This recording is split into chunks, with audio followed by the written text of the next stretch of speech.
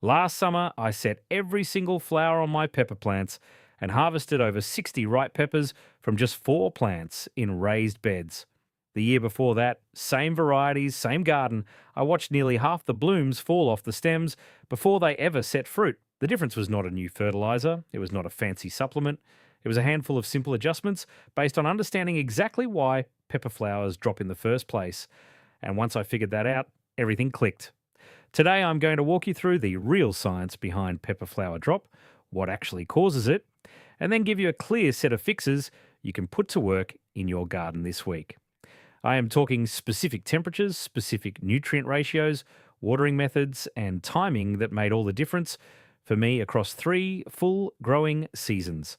And stay with me to the end because I'm going to share a surprisingly simple pollination trick that I stumbled onto almost by accident, one that boosted my fruit set by close to 30% on my hottest summer days.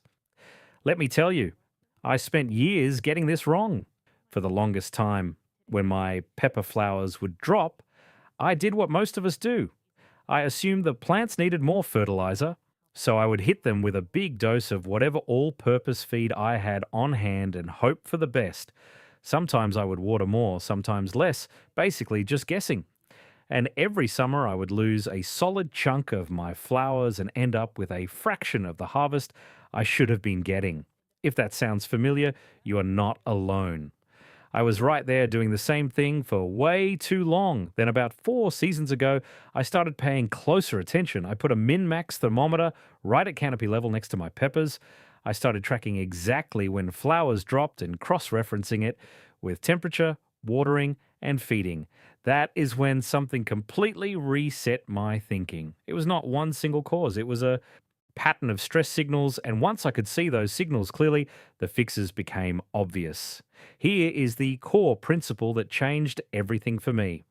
Pepper plants are what plant scientists call stress aborters.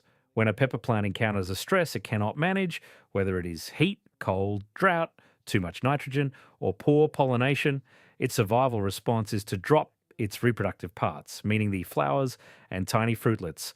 The plant is not broken. It is doing exactly what evolution designed it to do. It is saying, conditions are not right for me to support fruit, so I'm going to shed these flowers and try again later. Research out of the University of Florida Extension confirms this. Peppers are especially sensitive to temperature extremes during the bloom window, and their pollen viability drops dramatically outside a surprisingly narrow band. Once you understand that your plant is responding rationally to stress, you stop throwing random solutions at the problem and start removing the specific stress that is triggering the drop. And that is what we are going to do right now. The first thing you need to get right is temperature, because this is the number one cause of flower drop in home garden peppers. And it is the one most people overlook. Here is what the research tells us and what matches my own observations perfectly. Pepper pollen becomes unviable when nighttime temperatures drop below 55 degrees Fahrenheit or when daytime temperatures climb above 90 degrees Fahrenheit. The sweet spot, the zone where flowers pollinate reliably, is daytime highs between 70 and 85 degrees and nighttime lows between 60 and 75 degrees. Now, most gardeners think of heat as a summer problem, but I have found that early season cold nights are just as devastating. If you're in US DA zones 3 through 6 and you set your transplants out right after your last frost date, those first few weeks often bring nights in the high 40s or low 50s. Your plants look healthy, they start flowering, and then boom, the flowers just fall off. You assume something is wrong with the plant, but it is just too cold at night for the pollen to do its job. Here is what I do now. I do not even think about planting peppers outside until nighttime temperatures are consistently above 60 degrees Fahrenheit for at least a full week. In my Zone 7 garden, that means I'm often waiting until mid to late May, sometimes even early June, instead of rushing them out in April. For those of you in Zones 8 through 10, your challenge is the opposite. You're dealing with summer highs above 95 degrees, and you will want to focus on the heat mitigation strategies I will get to in just a moment. The practical fix for cold nights is simple. If you have already planted and a cold snap is coming, Use row cover fabric draped over hoops or even tomato cages. This can raise the temperature around your plants by 4 to 8 degrees, which is often enough to keep you in that viable pollen range. I use a lightweight row cover, the kind rated for frost protection, down to about 28 degrees, and I drape it loosely so it does not crush the flowers. Now, let me show you how to handle the heat side of the equation, because this is where I see most warm climate gardeners struggling. When your daytime temperatures push above 90 degrees consistently, your pepper plants will start dropping flowers no matter what else you are doing right. The pollen literally becomes sterile at those temperatures. The conventional approach is to just accept poor fruit set in midsummer and wait for fall. What I have found works much better is using shade cloth. Specifically, I use 30 to 40% shade cloth suspended about 18 to 24 inches above the plant canopy. You do not want 50% or higher because peppers still need strong light to produce. 30 to 40% knocks just enough heat off without starving the plants of the light they need for photosynthesis. I build a simple frame out of half-inch electrical conduit and drape the shade cloth over the top. The temperature under the cloth runs about 8 to 12 degrees cooler than ambient air temperature. And in my experience, that is consistently enough to keep pollen viable through the hottest weeks of July and August. For timing, I put the shade cloth up when the forecast shows 5 or more consecutive days above 90 degrees, and I take it down when the heat wave breaks. You do not want it up permanently because your plants do benefit from full sun whenever temperatures are in that ideal range. Now that you have temperature dialed in, here is where most people go wrong with feeding. And I was one of them for years. The second fix is getting your nitrogen to phosphorus ratio right during the bloom phase. Nitrogen drives leafy green growth. Phosphorus supports flower development, root growth, and fruit set. When you hit a blooming pepper plant with a high nitrogen fertilizer, you're essentially telling it to keep growing leaves instead of setting fruit. The plant gets big and lush and beautiful, but the flowers either drop or never form properly in the first place. Here is what actually works. Once your pepper plants start showing their first flower buds, switch from a balanced or nitrogen-heavy fertilizer to one with a lower first number and a higher middle number. I use a 5-10-10 or a 4-8-8 organic fertilizer during the bloom and fruit set phase.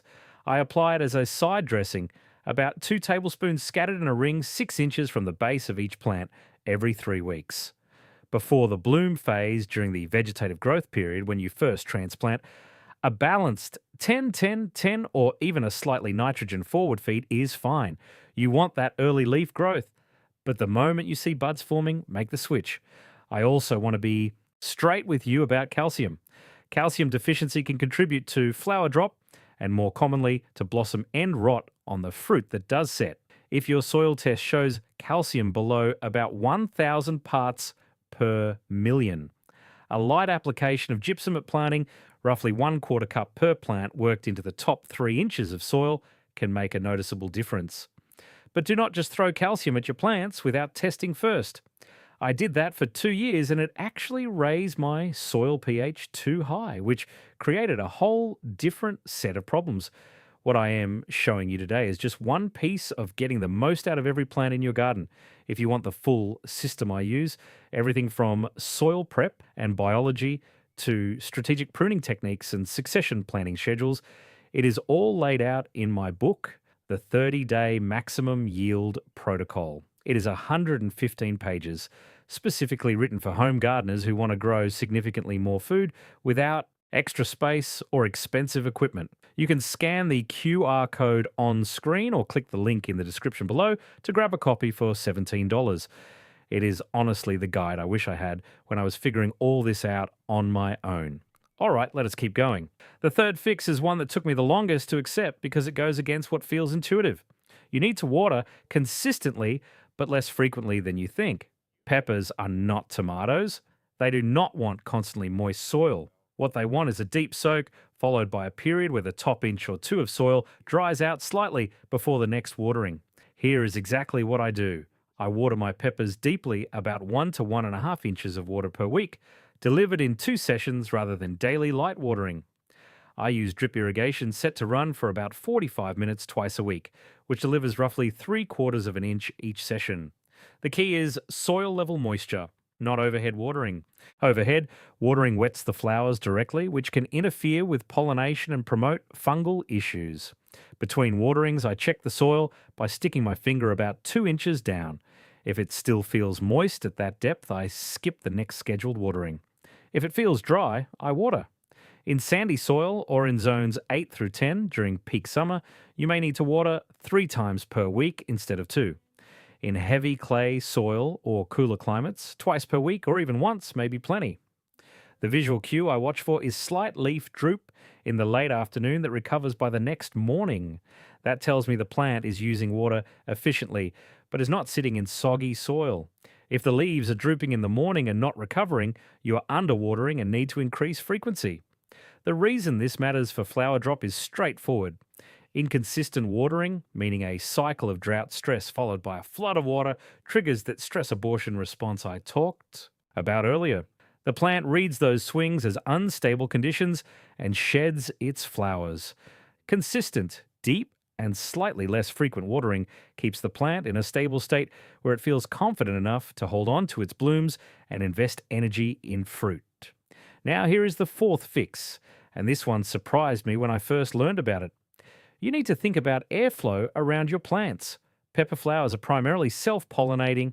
The pollen needs to move from the anther to the stigma within the same flower. And in nature, wind and insect vibration handle that job. But in a backyard garden, especially if your peppers are growing close together in a raised bed or against a wall or fence, air circulation can be practically non-existent. I tested this myself 3 seasons ago. I had 2 identical rows of the same pepper variety, Carmens, planted 12 inches apart in one row and 18 to 20 inches apart in the other. The row with wider spacing set about 25% more fruit. The only variable was the extra air movement between plants. My recommendation now is to space pepper plants at least 18 inches apart in the row. And if you're growing in a sheltered spot, consider running a small oscillating fan near your plants for a few hours during the morning when flowers are most receptive. It sounds ridiculous, I know, but it works, and there is solid research from Texas A&M that backs this up. Even gentle air movement dramatically improves pollen transfer within pepper flowers. For those of you growing in containers on a patio or balcony, this is even more critical. Containers against a wall get almost zero natural breeze. A small clip-on fan running on low for 3 to 4 hours in the morning can make the difference between a plant that drops most of its flowers and one that sets fruit on nearly every bloom. Let me walk you through the patterns I see most often when gardeners come to me frustrated about flower drop, because understanding these will help you troubleshoot your own situation. The first pattern is what I call the feeding frenzy. Gardeners see flowers dropping and their instinct is to fertilize more. They hit the plants with a big dose of fish emulsion or a 20-20-20 synthetic fertilizer. And the problem actually gets worse because they have just flooded the plant with nitrogen during the bloom phase. The better approach is to fertilize less during bloom, but with the right ratio. That 5, 10, 10 or 4, 8 I mentioned earlier, applied lightly every 3 weeks. The second pattern is panic watering, flowers drop. It is hot outside, so you start watering every single day. The soil stays waterlogged, the roots cannot breathe, and now you have added root stress on top of heat stress. The plant drops even more flowers. The fix is that deep and consistent schedule, 1 to 1.5 inches per week, split into 2 or 3 sessions, letting the top inch dry between waterings. The third pattern is planting too early. I did this myself for years. You get excited in spring, you see the transplants at the garden centre, and you put them out 2 or 3 weeks too soon. The plants survive, they even look good, but those early flowers almost all drop because the nighttime temperatures are still too low for pollen viability. The better approach is patience. Wait for consistent nighttime temperatures above 60 degrees. I know it is hard, but those extra 2 weeks of waiting can mean the difference between your first fruit set in early July versus late July, and a much heavier overall harvest because the plant is not wasting energy producing flowers it cannot pollinate. Now, here is the bonus tip I promised you at the beginning, and it is the one that genuinely surprised me the most. On days when temperatures are pushing into the upper 80s or low 90s and you do not have shade cloth set up, you can manually improve pollination by gently vibrating each flower cluster. I use an old electric toothbrush. I turn it on and just touch the back of the toothbrush to the stem right behind each flower cluster for about 2 to 3 seconds. The vibration mimics what a bumblebee does when it lands on the flower and buzzes to release pollen. I started doing this during a particularly brutal heat wave 2 summers ago when my thermometer was hitting 92 degrees by noon. I did the toothbrush trick every morning between 7 and 9 a.m. when temperatures were still in the mid-70s. On the plants I treated, I set fruit on about 30% more flowers compared to the ones I left alone. I could hardly believe it, so I tested it again the following year with the same results. The science is simple. At borderline temperatures, there is still some viable pollen, but it is not moving effectively on its own. That mechanical vibration gives it just enough help to reach the stigma and complete pollination. You do not need anything fancy. Any small vibrating device works. Just be gentle and do it during the cooler morning hours when whatever pollen is viable has the best chance. Everything I walked through today, the temperature management, the nutrient switching, the watering approach, the airflow and pollination tricks, these are all connected by that central idea of removing stress from your pepper plants during the bloom window. And this is really just one piece of the puzzle. If you want the complete system I use to maximize yield from every plant in my garden, not just peppers, my book, The 30-Day Maximum Yield Protocol, covers everything. Soil preparation and biology, strategic pruning techniques for higher yields, companion planting systems that actually work, succession planting schedules, and the science behind why each method delivers results. It is 115 pages of practical tested methods for $17. Scan the QR code on screen or click the link in the click description below. It is genuinely the resource I wish existed when I was figuring all of this out through years of trial and error. So the next time you walk out to your pepper plants and see flowers holding strong on the stem instead of scattered on the ground beneath them, you will know exactly why. If you try any of these fixes this season, I would love to hear how it goes. Drop a comment below and let me know which one made the biggest difference for you. Good luck out there and keep growing.